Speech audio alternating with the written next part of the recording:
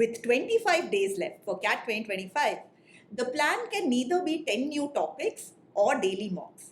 Instead, it's got to be a routine that compounds your accuracy, that enhances your test strategy, and significantly boosts your marks. And that's exactly what I'm going to give you in this video. Hi, I'm Sanjana from MockCat, where you get directly mentored and coached by 99.9 plus percentilers. And this video is going to have timestamps so you can choose the plan that's just right for you based on your level of preparation. And make sure that you utilize these free resources, starting with signing up at the MockCat site where you have videos, practice questions, mocks, daily quizzes, and much more for CAT aspirants. You should also join our Telegram groups where you can get your doubts clarified, you can do daily verbal practice with me, as well as a WhatsApp group which has a lot of MBA aspirants just like you. I'll make sure to have all of these links for you in the description. And now let's start off. There's three pillars to doing well in the CAT exam, and that's preparation, practice, and test taking strategy. If you've already nailed 80% or more of the preparation, well done. You should definitely be getting 98, 99 percentile in the mocks that you are taking, or at least something like a 95. If you're in the 95 to 99 band in your mocks and you want to get to a 99.5, 99.8, whatever is the target that you need, then this is what you got to do. And for those of you where you've prepared well, but you are simply not hitting these scores in mocks, I'm going to tell you what to do also in the second half of this chapter. So just keep watching. Now, for those of you who are scoring well, but we need to score better, this is what we're going to do for the last 25 days. Now, I'm going to break it into 3 1-week blocks, and then we have the last 4 days where we are going to taper, right? So when it comes to these 3 1-week blocks, we are going to take 2 days for mock and mock analysis, and I'll touch upon that in a little bit. And the remaining 5 days, I would say about 4 of them are going to be for prep or practice and 1 day for review, and I'll explain this. Now for verbal and for DILR, practice is something which is the most important, right? There's not so much anyway in terms of concepts or formulae. Of course, there are some techniques which you all have for, let's say, the verbal part, but you should already know that since you have prepared. So what you need to do is you need to practice these daily, right? At least 4 days a week. Say something like, a couple of RCs and some VA. Some people like to mix it up, but some people say, okay, I'll have like 2 RC days and 2 VA days and things like that. Your RC and your summary, of course, take priority. One, because of the higher number of questions. And second is because this is the one where if you prepare well, you can definitely get to a good score. I, for example, getting pretty much like 14 or 15 right out of 16 in RCs in the last few years. So this is your important part. Now, in case if you find that the other VA questions is something which you're struggling with, then definitely subscribe, because there are some 2 or 3 techniques which I found which are very useful, especially in odd one out. This is one technique which helps us with about 70% of the questions in the last few years in CAT. So I'll be putting up videos of those. But this is what you do for the verbal part. DILR, again, I would say first off, get very good in DI. You can expect an easy case from here. Very good in numerical reasoning. 1 to 2 cases probably are expected from here. And then the other topics, say for example, arrangements, ranking, matching, things like these, where we also tend to probably see a case, right? Again, here, make sure that you are practicing about a couple of cases a day, more if you have the time in your this 5 days, right? So let's say Wednesday and Saturday or Sunday we are taking for the mocks. 5 of the remaining days you should be prepping your verbal and your DILR, right? The last day is going to be for review, and in the review you are going to basically figure out what are the areas that you are good at, what are the areas that you're not so good at, and maybe you need to practice a little more or you need to prepare a little bit. And the areas that you're good at are the ones obviously which you're going to choose when you are taking up mocks or sectionals. Quant, we're going to do a little differently. Again, we're going to take 4 days. Now, these 4 days, it's going to be a mix of revision and practice. So, revision, something like the concept revision videos which we have, which are somewhere around 15, 20, a maximum of 30 minutes per topic. Just plan up a schedule, prioritize arithmetic and algebra, of course, and then geometry and so on. And make sure that you are revising, because this is the only section where some amount of memorization is needed. We need to know the concepts, we need to know some bit of formulae, but we are going to pair this with practice, because the more you practice, the more you get acclimatized to everything, the faster your speed is, and the lower the chances that there's some new question that is going to surprise you. Here again in quant, you're using the review date, maybe make it Saturday or Sunday, and this is when you figure out what are the topics that you're really comfortable, which means these are the ones I'm going to target first in mocks. Of course, if it's let's say I'm really good at algebra, but there's a really hard question in inequalities, I'm going to park it, right? So that bit of test taking strategy is there, and we'll come to that.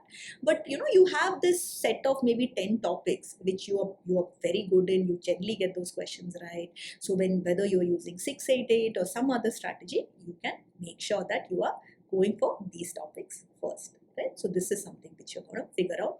And the topics which you're not great at, you can actually look to revise it a little bit more over the next week. Now remember, these last 3 weeks, I will assume that you're already getting to that 80-85th percentile that we need for the sectional cutoffs. I would recommend that you prioritize the sections that you're stronger, because that can be the thing which boosts your score. Maybe not like this, maybe like this, right?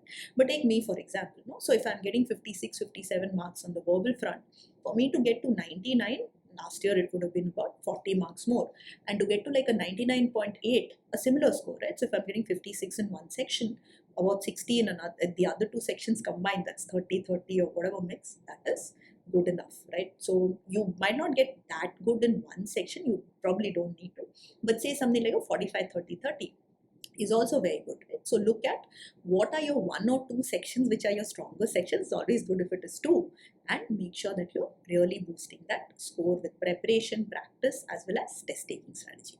Now on to the test taking strategy part. I do have a detailed video on your mock strategy and your test taking strategy that's coming up tomorrow. So if this is something which you feel that you need more help, definitely come back here or just make sure that you subscribe so that you get the notification. Now, how do we work on test taking strategy? So the first thing that you're going to do is you're going to solve the mock again with unlimited time. So if you've taken a mock, there's some score that you are getting in each of the 3 sections and your total. But what is the score that you can get if you take this mock with unlimited time? For some of you, this is going to look like this. In which case, your test taking strategy is good, your preparation is also good, and we can go for minor tweaks over the next 3 weeks. If it looks like this, your preparation is really good, but somewhere your test taking strategy is a little off, or maybe you're making errors or you're getting nervous, so we'll fix that. But for some of you, it might look like this, which means that your test taking strategy is actually really good, your preparation kind of sucks, and that is what we will tackle in the second half of this chapter. Now, for those of you where your preparation is really good, but your test taking strategy is a little off, maybe you're not getting 50 to 60% of the marks or of your unlimited marks, figure out why. Are you leaving easy questions? Maybe you're going sequentially. Are you getting stuck in a harder RC or harder DLR case and you're not leaving it saying, oh, I've put in these 3, 5, 10 minutes, whatever. You've got to stop that. I will recommend if there's one section, or even, if you're having these issues in different sections, pick one section, take sectionals and work to fix the test taking strategy. But typically will take you 1 to 2 weeks of discipline to work on this. So what are the things which you should work on? First off, no solving things sequentially. Make sure you're first finding the easy questions, and it helps when you know these are the topics I'm very confident. So these are the RC genres, these are the DLR areas, this is particularly the quant area. In quant, some sort of strategy like a 688 and so on also works very well. The next thing is going to be, where are you losing marks? So do you have maybe a lot of errors which are because of concept blunders, in which case you need to go back and revise. But the more likely reason is, are you making silly mistakes or calculation errors? So, in verbal, if there's a direct question and you didn't go back and double check with the passage, you could have lost marks. In DILR, maybe you made a calculation error, or maybe there's a clue and you misread it, or you just missed it completely, right? And quant, of course, is where we can make a lot of silly mistakes. It can be calculation errors, it can be I'm scribbling and misreading a number, or again I've not paid attention to the question. I always give this example. In the question, they could ask you Ram's age, Shyam's age, or Shyam's age 5 years from now. So make sure that you are reading it well. Slow and steady, calm pace, slightly fewer questions is what is going to help you fix silly mistakes, right? So make sure that you do that. And the third type of error is what I call invisible errors. Now, invisible errors are where you don't actually have errors, but there are easy questions which you have missed, which you could have actually solved in less time. So, did you spend 5 minutes in one quant question and you got it right? But actually, towards the end, there were two more questions that you could have solved in these very 5 minutes, which means instead of 3 marks, you would have got 6 marks in that same time investment. Remember that time is the biggest resource that's there in the CAT exam. Same thing, let's say, you were reading an RC, halfway through you knew that this is something which is harder, but you decide to stick with it. Two things can happen. One, because of this, there were some, doable VA questions which you missed. Or because you spent a lot of time in this first RC, when you saw the timer, you got nervous and you started rushing. And the next RC, which was actually an easier RC, you rushed, and as a result of that, you made a couple of silly mistakes which you wouldn't have if you had started with the easy RC. So always make sure we're starting with the easy RCs or the VA questions and then going to the easy RC. We're starting with the easiest DLR case, easy quant questions, and so on. Anything which is medium difficulty, mark it for review, come back to it later. Anything which seems hard, a philosophy RC, a DLR case where there's a lot of numbers which are like not friendly numbers, 176, 89 numbers like these, or quant questions where this is not your strong suit, leave it as outliers. If everything else is done, you can always see the red in the question palette and come back to it. So this is on the test taking strategy. Definitely check out the video which I'm going to come up with tomorrow, where we go more in depth into this part. Now, coming to those of you where you feel you've done at least 80% of the prep in terms of topics, but your unlimited scores are not showing that, right?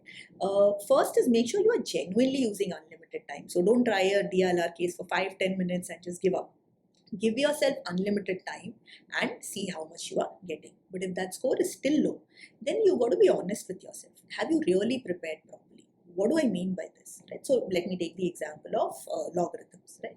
So if you tell me that this is a chapter, log is a topic that I'm very comfortable with. Right? So do you know at least 8 of these 11 rules, and do you know them completely? By that I mean log x to the base a is defined when a and x are both real numbers, both are greater than 0, and a was the base, right? So the base cannot be 1. So you got to know it fully, right? So this is something which you have to check. Now at MockCat, we have these concept revision videos and cheat sheets which basically help our students. There's a concept checklist which we use. What I'll do is I'll link a video where Vignesh has explained this. You can go to that video and you can get the concept checklist and you can see how much you know. Even if you're not a MockCat student, just use whatever resources you have.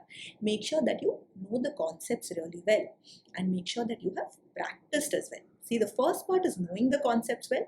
The second part is going to be, have I practiced enough so that the concepts are striking me when I need to solve it? Because CAT questions are not going to be about just one concept. They will use multiple concepts. It could be even 2-3 different chapters which are combined. So you have to have enough practice so that the concepts are striking you first with unlimited time and then with the stress of the timer running. Right?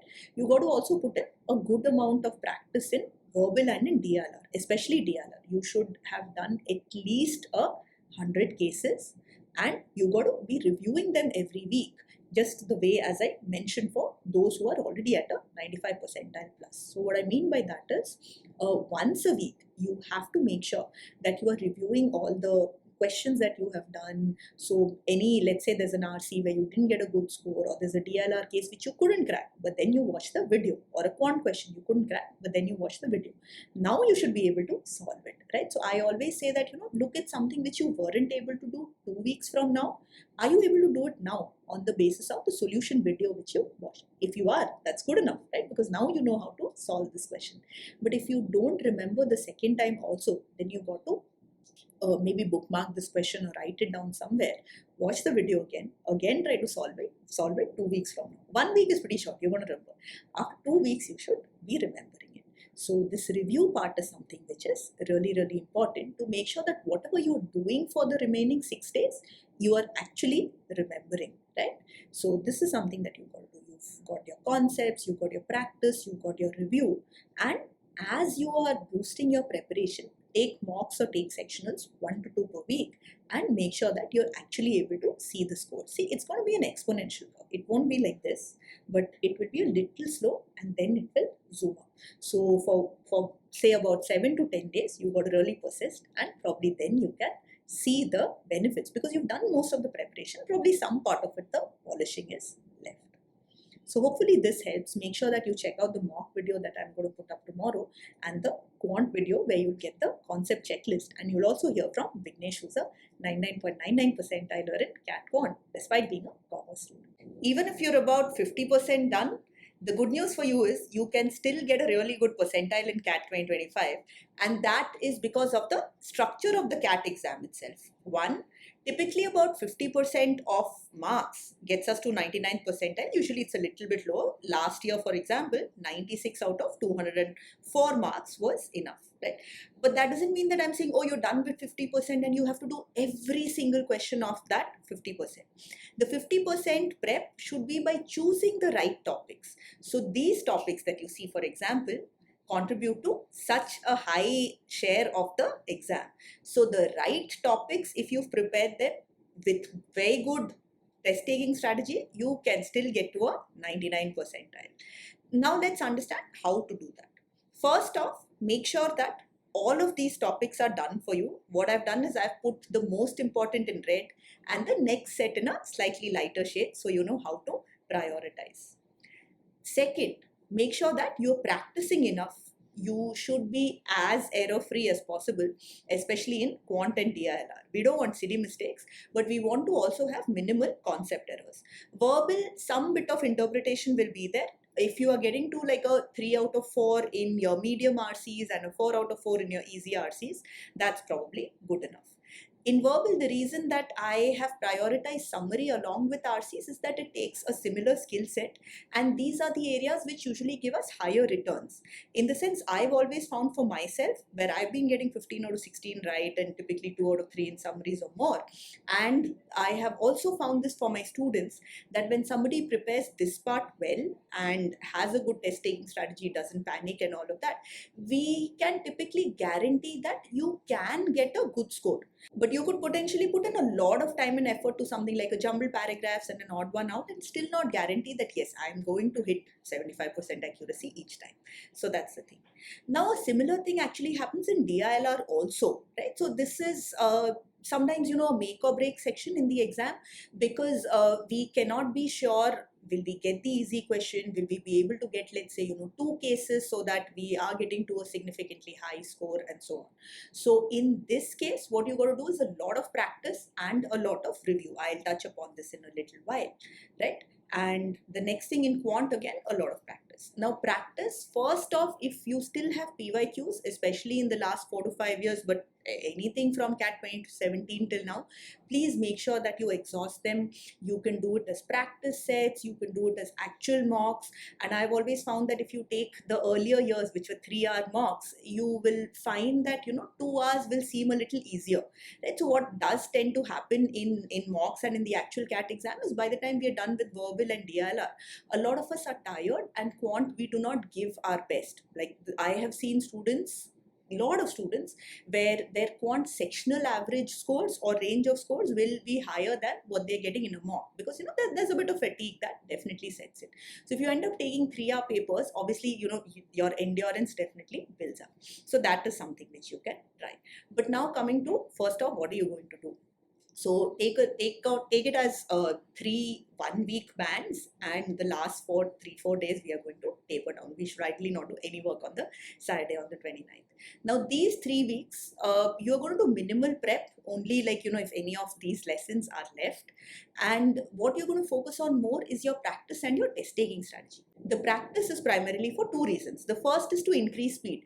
If you have prepared only arithmetic and algebra and there are 14 questions, we don't want you to just have the ability to solve at least 12 out of those 14 questions. We want you to be able to solve anywhere from 8 to 10 of those in that 40-minute time period.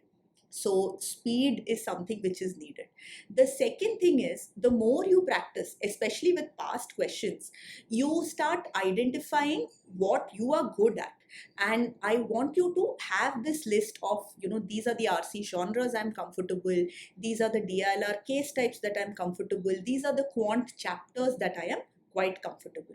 So that means that I am probably going to prioritize these in mocks, unless it is clearly a very calculation intensive or a very calculation intensive question, or a very long DLR case or something that seems really hard, has hard numbers or something like that, right? So short disclaimer here. See, I can make a very easy RC from science or tech. I can also make a really hard RC from science or tech, and so can the CAT examiners, right? So you don't want to always go in only for the topics that you're really comfortable, but you should have that set of 10 topics that you feel that these are the questions that I want to attack first, right? So that bit is the second thing. So first is speed. Second is for yourself what you are good at, because when you're prepared about 50%, what you need is a really good test taking strategy. That test taking strategy is something where if you're going for the easier questions, if you're doing it in a calm way, you're not rushing, you're choosing a good number of questions, you're not trying to get the moon by going for all 24 questions in Word, or you're not hanging on to a DLR case even after realizing that it's hard. So once these things work out, just take a look at the questions from these topics, right? Can you get to 99 percentile? If you're able to solve that many questions in these 2 hours, you definitely can. So try out this little bit of prep, lot of practice, many mocks and detailed analysis, and that should definitely help you. One more thing which I will recommend, because your prep is obviously not at an 80-90% level, make sure that you are registering to other exams like XAT, NMAT and SNAP. See, especially for that, you are getting an additional 5 weeks to prepare, right? And all of these exams have, they're slightly different styles. And so for all you might be really good at SNAP because your speed's really good, or your test strategy is your forte. So NMAT is something where you are easily getting a higher score. Main thing more than all of these is because you're not prepared that much for CAT, right? So rather than thinking, okay, I will sort of just take up any B school that I get if I don't get a good CAT score, or I'm going to take it next year, make sure that you have like a plan B and C in place. You will also surprise yourself once you have these. Any anxiety that you're feeling for the CAT exam, oh my God, it's only like 25 days, there's so much left to prepare, I've not got a good, my mock yesterday, I didn't get a good score. All of those anxieties will reduce a bit because you'll be able to tell yourself, I've signed up for multiple exams, I just need to do well in one exam and that's it. And that's really true. The exams that I've recommended, they're all for top 20 B schools, right? So take XAT, for example. XLRI is something which typically will be considered in a top 5, top 7, something like that for sure. So definitely make sure that you've signed up for other exams. Watch out for the mock strategy video. That will be up tomorrow. And if you want to know more about NMAT or any of these exams, there's a lot of content that's there on this channel. I'll make sure to link some of that in the description for you. Right. So if your preparation has been minimal, maybe your work or college was hectic, or maybe you've just started, here is how you can make the best use of these 25 days. Now, the very first thing that you got to do is please take a mock. You can take a past paper, take a last year's paper if you haven't yet, or you can take the free mock on our site if you want to. Now, you might be a little surprised. I haven't really prepared. Why she asked me to take a mock? But the thing is, see, even though CAT's very different from our school and college exams, 2/3 of the syllabus is something that we've had in school, right? So we have had English and maths throughout in school. So just take the paper, and don't take it as a PDF or anything like that, right? Take it in a proper mock format, read the instructions before, move around questions, use the question palette, things like mark for review and all of that, and get a good sense of how the exam is going to be like. Because see, these 25 days, we are going to take some mocks, but we are going to primarily prep and practice, right? So I need you to get used to how the exam is going to feel like. That's first. Second is, we want to know where you are. We want to benchmark ourselves, right? Now, I might figure out that this section is my stronger section. So say if you're an engineer like me, right, then quant DLR will probably end up being your stronger sections. Or you might be an exception like me, right, where your, verbal is your stronger section. So whichever way it is, see, ultimately the sectional cutoffs in CAT are on the lower side, right? They might sound big numbers, 80, 85th percentile, but in terms of marks, they're typically about 5 to 7. 7-8 questions. So what we need to do is we need to actually prioritize our stronger section because we don't have too much time. We want to prioritize our stronger section because that is where we can get a much higher score. So if like me, say verbal is your strong section and you practice reading comprehension, that itself is 16 questions plus say 2 to 3 additional summary questions, very similar skill set. So out of these 18, 19 questions, if you are getting about 10 of them correct, and let's say even with 2 to 3 mistakes, that's going to be somewhere around 27, 28 marks, right? And that itself is going to be a pretty good score for 25 days. Now on the flip side, if you know, because quant is your weaker section, you thought let me prepare a lot for quant, it's going to be tougher for you to get that sort of a score, right? So whatever is your strong section, we want to find out and we want to really double down there because that is where we can actually shoot for a higher score. We will prepare the others, whatever 1-2 sections are your strong sections, we will prioritize probably 70-80% of the time, and the rest we will give to the others so that we are somewhat getting the bare minimum, we are at least clearing the sectional cutoff. Now at this point I want to make it very clear that in 25 days getting to a 99 or a 99 plus, or frankly even a 95 plus, is tough for most people, right? Once you take a mock, you will get an idea where you stand and how much you have to improve, and that is something which you can then plan out. But when it comes to the prep, these are the important topics that you have across the 3 sections. So that's for verbal, DILR and quant. What I want you to do is I want you to pick your 1 or 2 strong sections and I want you to really double down on the important topics. So I already gave the example of RC, for example, or similarly on the quant front, you could pick up arithmetic and algebra and really prep that well. This includes concept videos as well as practice questions. Since you've done very limited preparation, the past year questions themselves will be really good. So I would say, I'll take the example of quant over here. What I would say is go through the lessons once so that 60 to 70% of the concepts you remember. So do it with focus. And then after that, look to practice, say at least about 10 questions. So say you're taking up percentages, 10 questions of that. And then tomorrow interest and growth and then 10 questions of that and so on.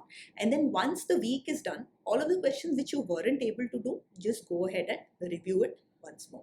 So that's something which will really help you. And then next week you take up the rest of arithmetic and then the week after algebra and so on.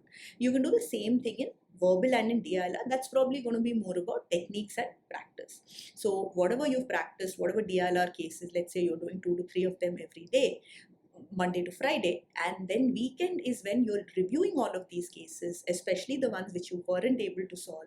Where did you get stuck? What mistake did you make? Did you miss out a clue? Did you misinterpret it? Is it a reasoning error? What exactly happened? Maybe you just weren't able to get the structure, get the table or whatever it was right. Figure that out. Make sure now you can solve these cases, especially look at like a 2-week horizon, right? So in 2 weeks, whatever I've done, do I now remember how to do it? Which means that in the CAT exam also, if there's a similar question, I'll know how to do that. So that's something which will really help you. Aside from your initial mock, you have to take, I would say, at least 3 to 4 more mocks.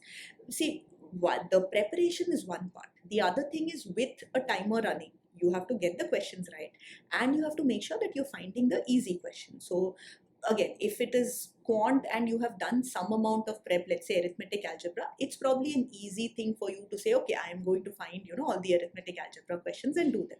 But even within that, there are going to be some questions which are hard. Maybe they're doable, but they're going to take more time. Or you spend 5 minutes and you still not got the answer. Your answer is not there in the choices. Some questions which are a little more calculation intensive, they have more steps, they will take more time. These are the questions we want to mark for review. Come back in a second pass only if we have time, right?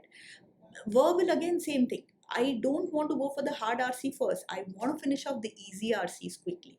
And in verbal, you have to figure out how many RCs you're able to do with a good accuracy, like a 3 out of 4.